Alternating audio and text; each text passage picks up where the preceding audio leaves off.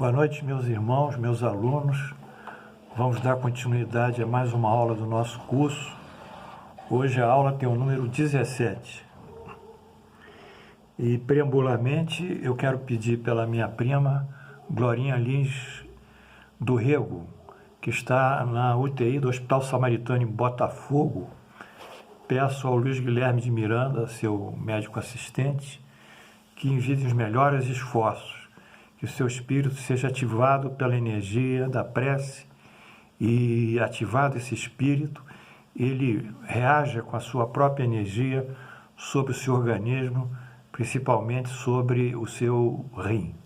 Portanto, vamos trabalhar pela nossa querida prima, que o alto e os bons espíritos atuem e inspirem também o nosso clínico, o Dr. Luiz Guilherme, intensivista, para prescrever a melhor medicação e dar a melhor conduta. Nós estamos vendo aqui, vamos à aula. Nós estamos vendo aqui o capítulo Bem-aventurados que choram, porque serão consolados.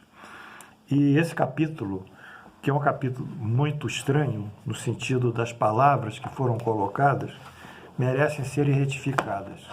Nas duas primeiras aulas eu produzi uma retificação, sendo que a segunda foi mais clara. E hoje inicio isso, retroagindo um pouquinho a aula anterior, para precisar de uma maneira didática mais pontual a retificação. Aonde se lê pobre no texto, que diz que bem-aventurados os pobres, que deles é o reino dos céus, nós temos que ler sofredores. Como eu disse, a conotação pobre e a conotação rico são condições sociais, não são condições psicológicas e espirituais. O indivíduo é pobre porque ele ganha menos e tem uma qualidade de vida difícil, de habitabilidade, de saúde, etc. Mas isso é uma condição socioeconômica, se quisermos adentrar nesses termos. Então, para nós, pobre é sinônimo de sofredor. E rico, que aqui no ponto nosso, é advertido como que irá chorar, que irá ter dor, que irá sofrer lá depois da desencarnação, nós chamamos de materialista. O rico é o materialista, é o sensualista, é o egocêntrico. Então, de posse dessa visão psicológico-espiritual, tirando esse caráter socioeconômico, nós então poderíamos dizer bem-aventurados que sofrem, ou bem-aventurados, ou ai daqueles que são materialistas, sensualistas, egocêntricos e orgulhosos. Feito esse reparo, para tirar um viés até político, porque esses textos evangélicos estão servindo também para se movimentar de ordem, dar subsídios a determinadas ideologias, vamos em frente nesse trabalho. Bem, em seguida, Jesus ele diz bem-aventurado, bem felizes. Então ele sempre projeta o futuro. Quer dizer, o sujeito está sofrendo aquilo aqui, mas no futuro ele será feliz. Então, é o futuro. Dissemos algumas vezes que o futuro é a coluna mestra, é a viga principal sobre a qual se assentam todas as proposições e os discursos evangélicos de Jesus. Sem futuro, sem reino dos céus, o que seria do discurso de Jesus? Sem uma promessa de felicidade numa outra vida. Portanto, essa linha futura, ela realmente consolida a proposta doutrinária de Jesus. Mas ela não explica as injustiças. Porque o indivíduo é rico e é mau caráter. Porque o indivíduo é pobre e é um sujeito bom, benévolo, uma pessoa maravilhosa, doce e sofre, né? Então, essas injustiças, seja no plano psicológico, seja no plano mesmo socioeconômico, que existem, aquele que rouba vive na plenitude dos seus roubos e nada acontece com ele. E aquele outro que tem que pegar 2, 3 conduções para chegar ao trabalho, pega o primeiro ônibus, salta do ônibus, pega o segundo, depois salta, pega o trem ou pega o metrô, enfim, volta. Esses sofredores que constituem a nossa população, a maior trabalhadora, por que essa injustiça? Se são homens dignos, têm mulher, filhos e têm um lar para sustentar. Então, a partir disso, nós só poderemos entender que essa injustiça que nós vemos na sociedade, ela não vem de Deus. Por quê? Porque sendo Deus absolutamente justo, misericordioso, bom, benévolo, paciente, unindo, englobando todas as virtudes, sobretudo a maior delas, o amor, ele não poderia levar um filho ao sofrimento. Se ele não pode levar um filho ao sofrimento, se ele sendo justo, não poderia ser injusto, porque se ele fosse injusto, ele não seria perfeito, e não sendo perfeito, ele não seria Deus, ele seria um ser falho, e não poderia reger o nosso destino, nem a humanidade. Então, Deus é perfeito, mas dentro da perfeição que ele propõe, existe injustiça, existe, eu diria, etapas, ou movimentos, ou ondas de injustiça. Da onde vem dessa injustiça? Da onde elas ocorrem? Elas ocorrem de acordo com a doutrina espírita das vidas passadas. Esses que sofrem, provavelmente em vidas passadas, transgrediram leis divinas, transgrediram as leis da natureza e acarretaram para si uma necessidade de retificar os erros cometidos, corrigi-los, e reencarnam no sentido de corrigir esses erros, repará-los com a sua própria conduta, o seu próprio sofrimento e muitas vezes também com condições de dor e expiação. Então nós explicamos que a injustiça não é injustiça. A justiça existe e ela também assinala a lei da causa e efeito. Portanto, nós podemos entender que o homem, agora sim, que é o núcleo da aula, o homem, quando ele viola as leis da natureza, ou quando ele viola as leis morais divinas, ele é um transgressor. Ele vai trazer para si a reação desse ato de violação, esse ato de desrespeito, esse ato de transgressão. Se ele viola as leis da natureza, que são basicamente as leis biológicas, a nossa saúde, ele naturalmente vai sofrer. Por exemplo, se ele fuma muito, fuma durante 20 e poucos anos, 30, depois de 20 anos de parar, quando estiver fazendo 45, 50 anos, parar o fumo, quiçá, ele vai apresentar um edema, um efizema pulmonar.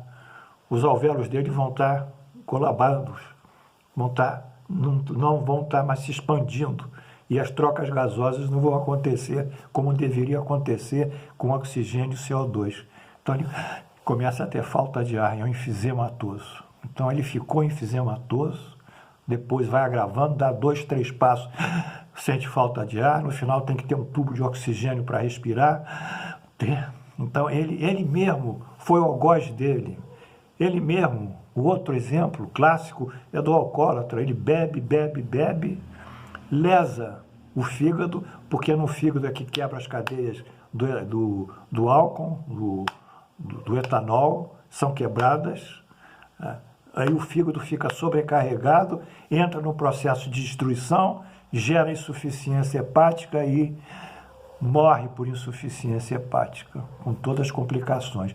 E assim, uma série de doenças, sem falar doenças crônicas também. O indivíduo é diabético, ele não pode comer doces, ele não pode comer carboidratos e tem em excesso, enfim, porque o carboidrato vira também o doce. Enfim, ele viola todas as leis que ele tem de contenção da sua própria doença e mais tarde, então, começa a ter as complicações da diabetes, que é o problema coronariano, problema vascular e vai por aí. Então, nós estamos entendendo, e vocês estão nos entendendo, e eu estou me entendendo com vocês, que o problema é do homem. O problema é que o homem viola as leis que existem.